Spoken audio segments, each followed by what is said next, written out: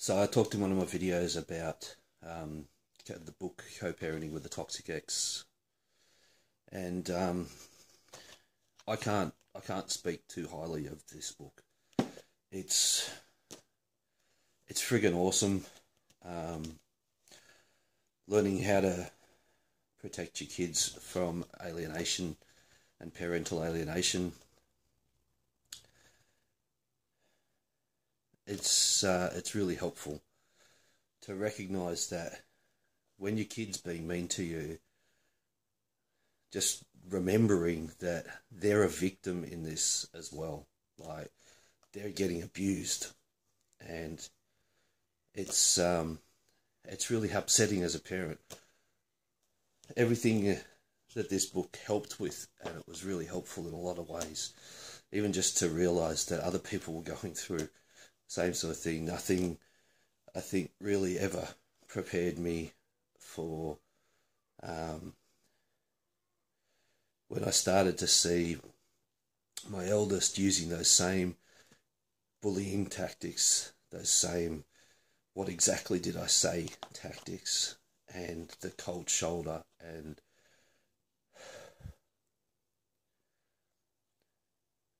I can remember at the worst, when it was really, really full on what they were expressing. And like, obviously it's triggering in me a lot of memories of the abuse that I'd suffered, but I'm also going, my God, this has been modelled to them, and so they're at the receiving end of this as well. And that's why they want to hurt people, because hurt people hurt people. They've been hurt themselves, and that's why they want to hurt me.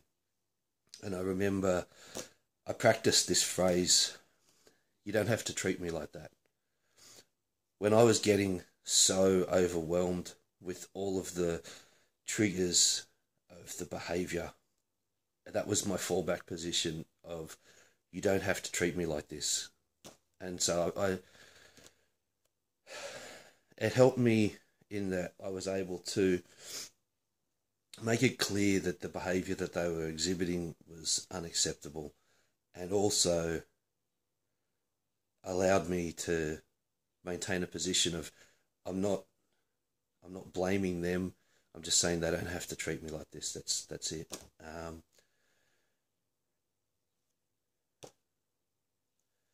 The other thing that the book didn't prepare me for, and because it gives a whole bunch of strategies about positive parenting, and you learn about this concept of loyalty conflict and parental alienation, and there's like 7 or 8 things in. It's essentially like a checklist. What it didn't prepare me for was when my kids, my eldest, chose to not live with me anymore, and the alienation had essentially worked. The loyalty conflict that he was experiencing meant that he has absolutely no contact with me now, and that's really hard to deal with.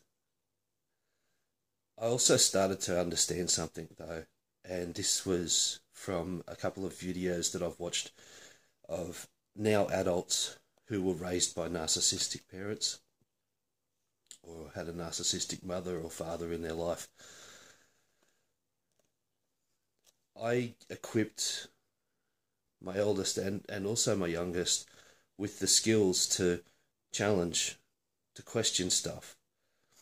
And I also created an environment where they felt safe enough to question stuff with me. What I didn't do was ever say anything about their mum, nor plant those malicious seeds that I know she was so gifted at being able to plant. And so when they started to question me and challenge me and put ultimatums to me that were very, very clearly orchestrated by their mother, like, it was almost, the words didn't sound like theirs when they were coming out. My eldest had to go to the doctor. I found out, for this one instance, that I found out before she'd taken him to the doctor, and so I went and met them at the doctor. In unison, when I got there, she went off to the counter. In unison, both the boys turned to me and went, "Why are you here?" um,